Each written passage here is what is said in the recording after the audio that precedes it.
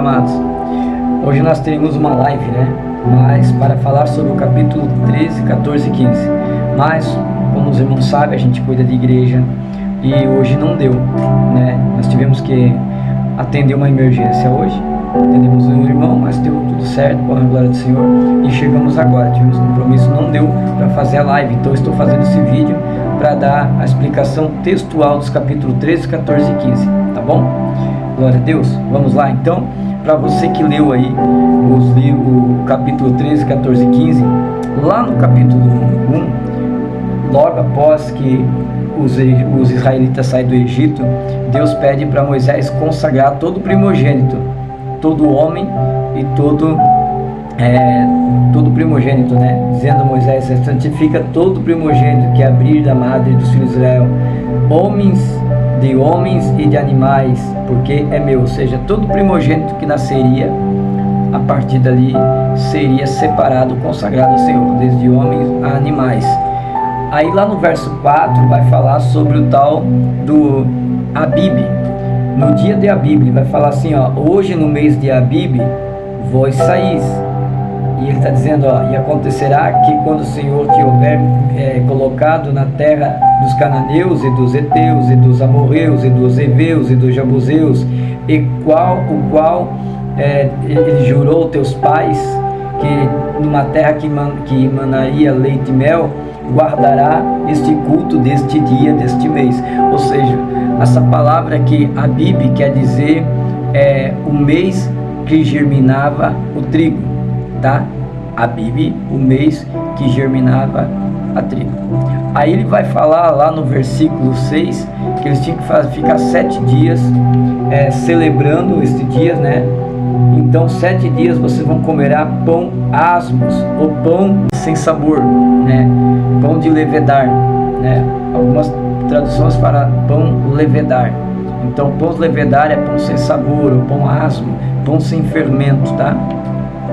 Verso 9, ele diz aqui, e te será por sinal sobre a tua mão, e por lembrança entre os teus olhos, que afronte, para que a lei do Senhor esteja em tua boca, quando com mão forte o Senhor tirou do Egito.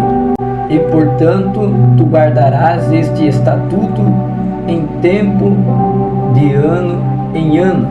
Tá bom? O que o Senhor está falando aqui? Ele está falando sobre o sistema judaico que usou o famoso filactírios. O que é filactírios? Filactírios era um pergaminho que era enrolado num couro e era guardado numa caixinha que os judeus usam até hoje, amarrado na mão esquerda, ou eles amarram aquela caixinha na fronte, tá?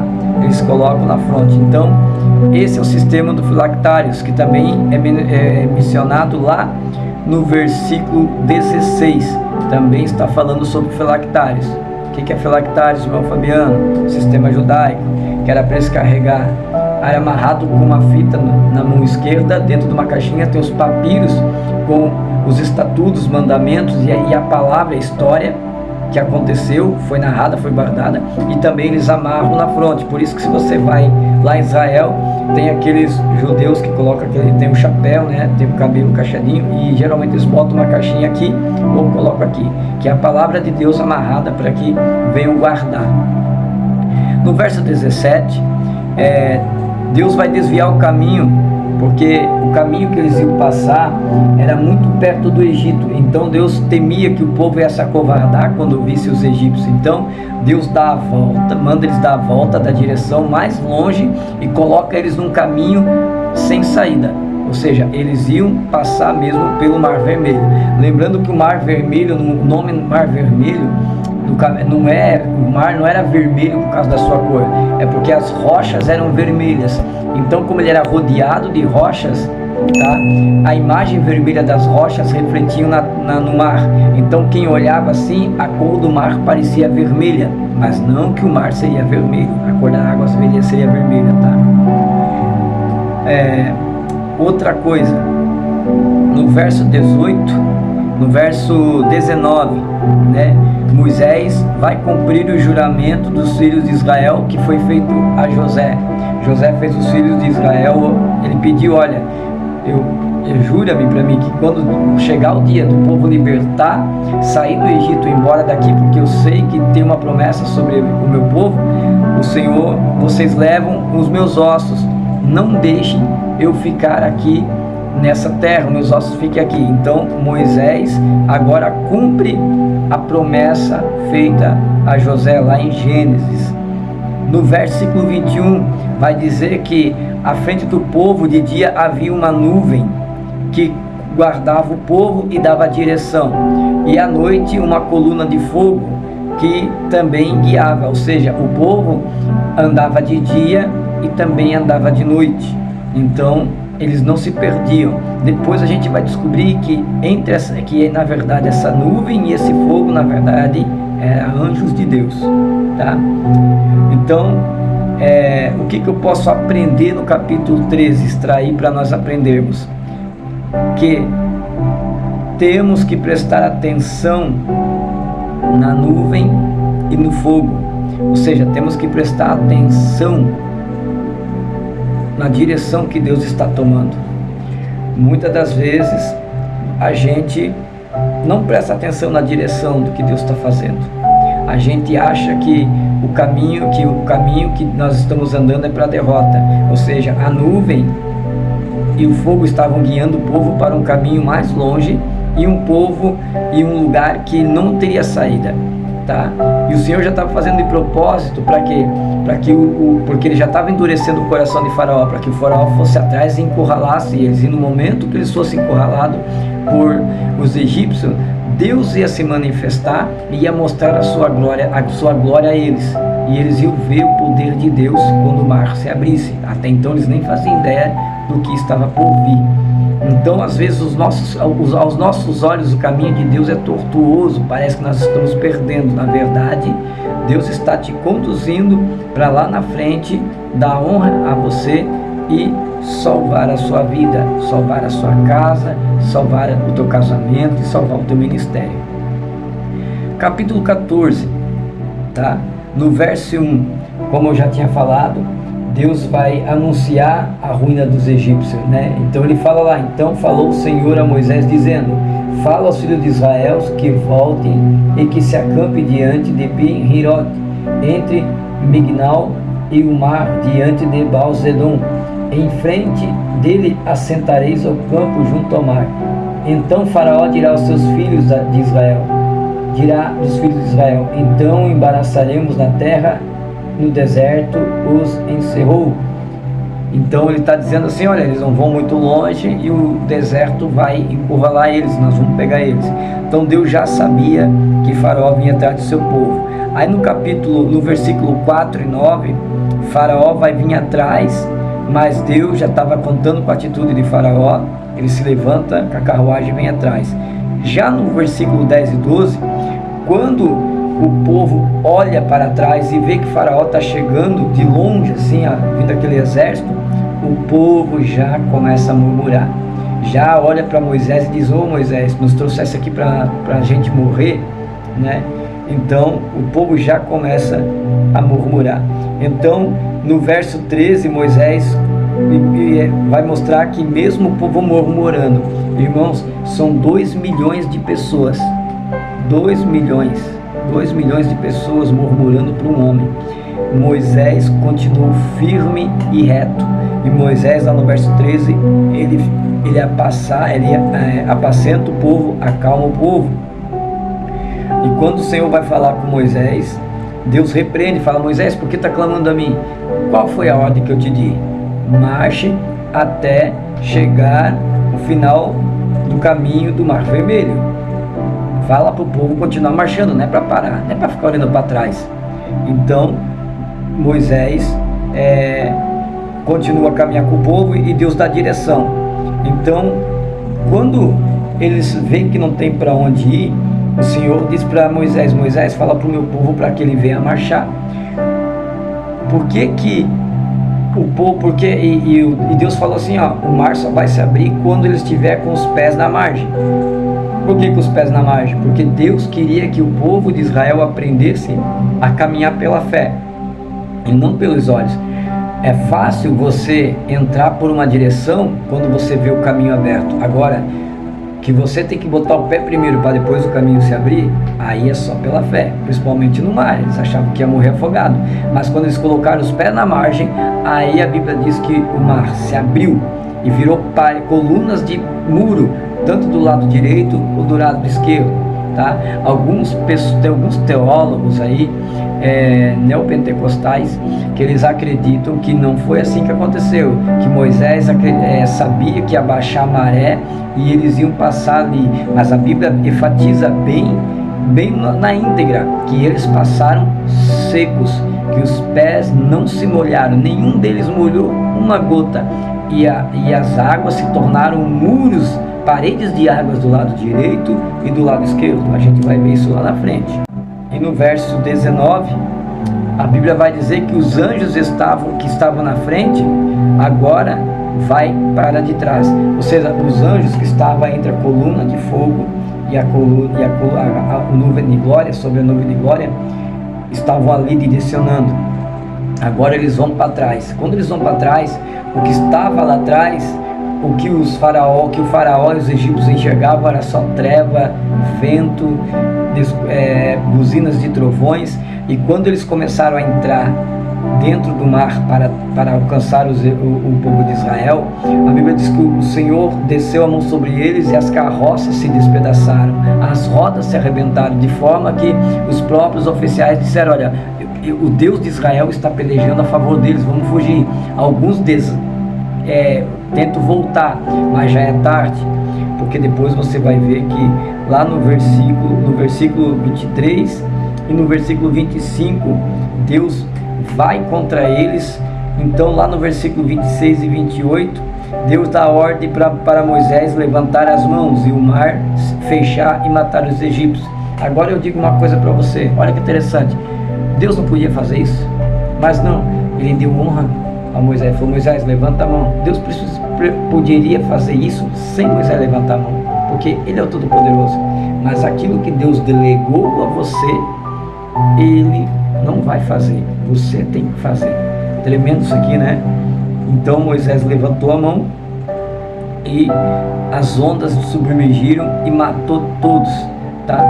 E no verso 29, o povo passou, como eu falei para você, lá no verso 29, vai dizer que o povo passou seco, sem molhar nada.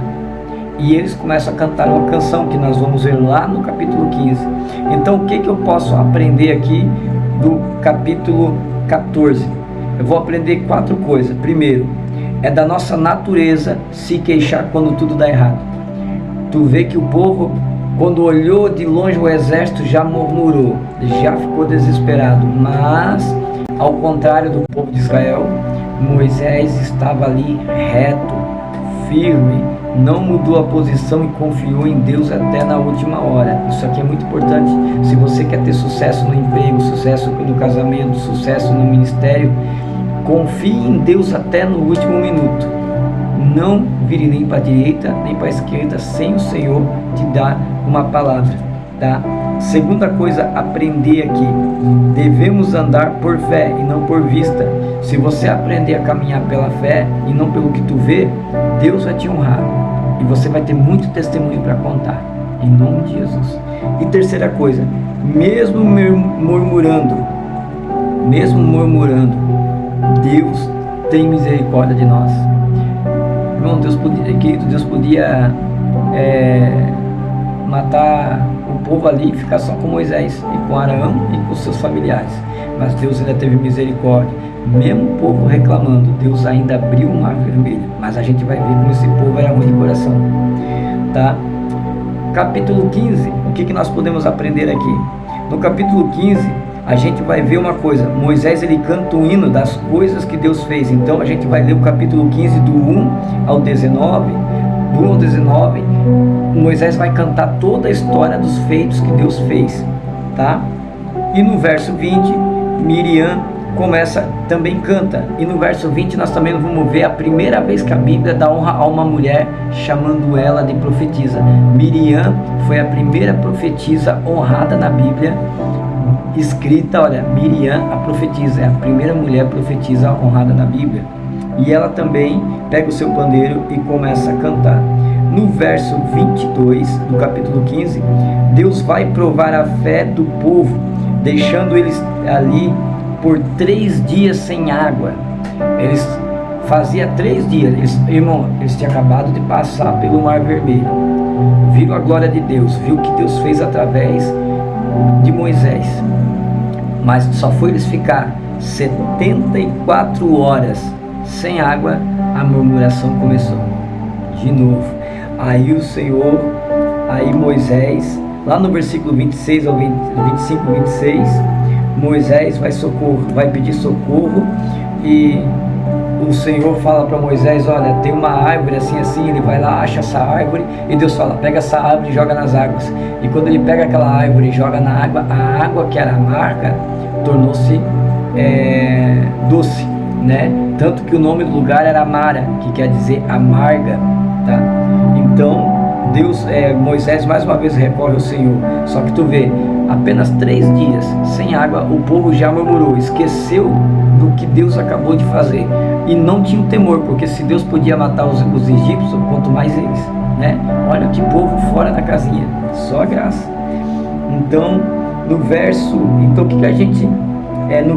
26, o Senhor vai falar assim, olha, eu vou fala através de Moisés, se vocês seguirem os meus mandamentos, os meus estatutos que hoje deixo diante de vós, nenhum mal, nem enfermidade, nem pestilência, nada vai tocar vocês. Ali encerra o capítulo 15. O que nós vamos aprender aqui? Primeira coisa, vamos quebrar um paradigma agora. A hipergraça, tá? Que vive pregando por aí que a igreja somos nós, não é o templo, ela está errada. Primeiro, eu não sou a igreja, você não é a igreja. Quando que nós formamos a igreja? Segundo Cristo, nós somos a igreja somente quando Ele está no meio de nós. Então eu sozinho, Jesus não está comigo. Se eu estiver sozinho, quem está comigo é quem? O Consolador, que não vai me deixar sozinho, que é o Espírito Santo, tá? Então a igreja, ela só é formada por membros. A Bíblia nos chama de corpo de Cristo. O corpo tem membros. Qual é o membro? Braço, dedo, mão, perna. Cristo é a cabeça do corpo. Então eu não posso ser igreja e ser um corpo de Cristo. Não tem como. Uma pessoa não pode ser o corpo de Cristo inteiro. Não tem como. Então o corpo é formado por membros. Não tem como só o tronco dizer eu sou o corpo de Cristo e deixar as mãos de fora, porque as mãos, o braço, as pernas são membros, então não tem como. Então, quando é que eu sou igreja? Quando estamos em 2 ou 3. Jesus diz, aonde tiver 2 ou 3 reunidos em meu nome, ali estarei. Pronto, encontro do noivo com a noiva, igreja, corpo. Então, eu não sou a igreja, eu sou membro de uma igreja. E Hebreus 10, 25 deixa bem claro. O autor diz assim, não façais como de costume de alguns, que deixam de congregar. Congregai-vos, andai-vos união. Não façais como alguns que deixam de congregar, deixando a congregação. Então, é necessário congregar. Primeira coisa da hipergraça que está errado, e biblicamente fala que a igreja não somos nós somos membros da igreja, membros do corpo. Segunda coisa que nós acabamos de ver aqui, Moisés canta o primeiro hino, porque no Egito eles não cantavam, lá só tinha gemido, tristeza, enfado, então eles não tinham motivo para cantar, mas agora eles têm. Então no capítulo 15, do 1 ao 19, você vai ver Moisés cantando narrando toda a história, e Moisés não está cantando, adorando a Deus pelo que Deus é, ele está cantando, louvando pelo que Deus fez. Então, irmãos, esse negócio da hipergraça, que você tem que adorar a Deus pelo que Ele é e não pelo que Ele faz, é pecado. Por que é pecado, irmão Fabiano? Porque, como eu costumo falar na igreja, nós vamos aprender no livro de Êxodo, que existe um pecado mortal aqui no livro de Êxodo. Mas existem 2 pecados mortais na Bíblia. Qual é o primeiro? O primeiro pecado é blasfemar contra o Espírito Santo, não ter perdão. Qual é o segundo pecado mortal que nós vamos ver no livro de Êxodo inteiro? A ingratidão. Toda vez que você é ingrato com Deus, você morre. O povo, a gente vai ver que o povo, só entrou 2 pessoas na terra prometida. A geração que saiu do Egito morreu no deserto por ingratidão, tá? Então, e quando que eu peco com Deus? Quando eu agradeço, eu adoro Deus pelo que Ele é. Claro que eu vou adorar. Ele é o meu Senhor, Ele me salvou, me tirou do charco do lodo, mas eu adoro o Senhor também pelo que Ele fez. Até porque, eu vou falar isso bem devagar, você só adora a Deus você chegou para Deus pelo que Ele fez. A Bíblia nos diz que nós o amamos pelo que Ele fez e não pelo que Ele é. Aonde está isso, irmão Fabiano? A palavra de Deus é bem clara. Eu amo a Deus porque Ele nos amou primeiro.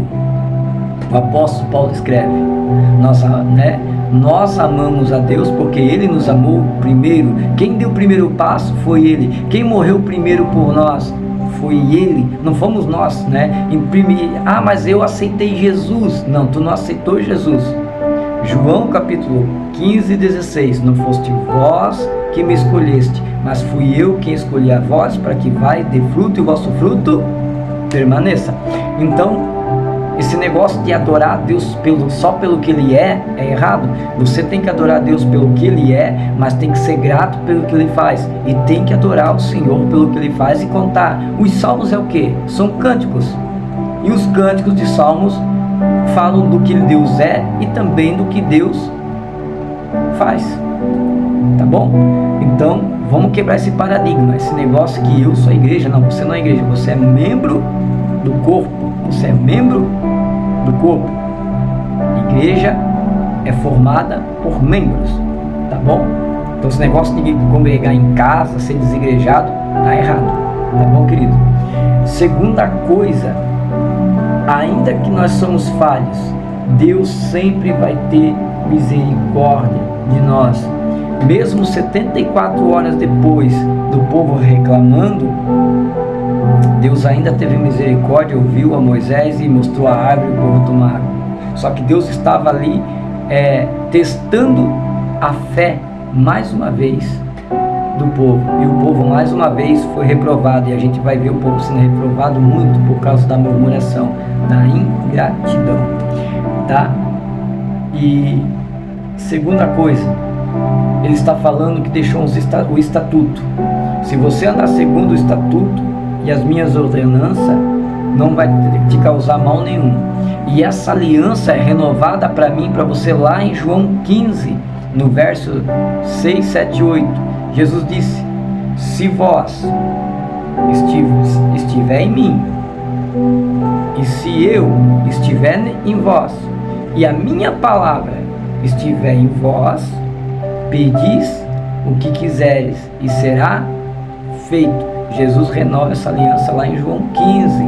Então, se o povo de Israel andasse segundo as ordenanças e estatutos, eles não iam sofrer tanto no deserto quanto a gente vai ver eles sofrer. Amém? Então esses foram os capítulos. Eu quero aqui agradecer você por estar comigo até agora. Foi aí praticamente mais de quase 30 minutos de vídeo. Deus abençoe a tua vida.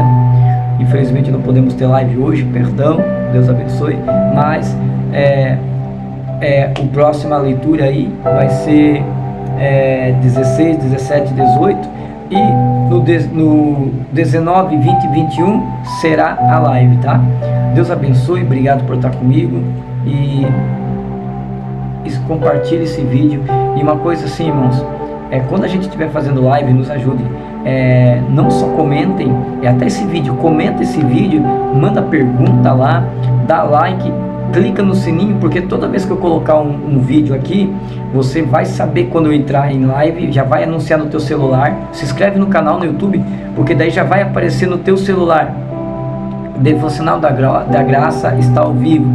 e compartilhe, porque daí o YouTube vai poder mandar, vai poder aumentar, o algoritmo do YouTube vai começar a levantar o vídeo para cima e mais pessoas vão ter acesso à palavra e ao estudo, tá bom? O nosso foco aqui somente é levar a palavra, não é ser reconhecido, não é nada, tá? O importante aqui é levar a palavra e ensinar a palavra pro povo, simples e fácil, e trazer uma palavra de meditação textualmente.